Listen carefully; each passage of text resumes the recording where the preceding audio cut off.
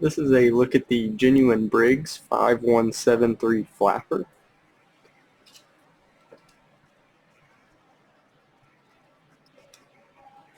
This flapper is all rubber other than the chain and hook. The hook connects to the lever. This connects to the flush valve here. It would sit like this on the flush valve.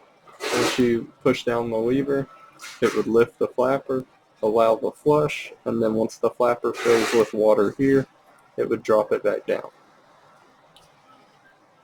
We'll get a few measurements of this flapper. All the way across, it measures 3 inches.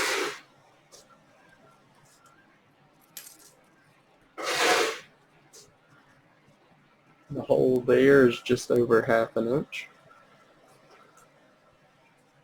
The legs are 1.5 inches, and then from the top of the flapper, a little over 1 inch.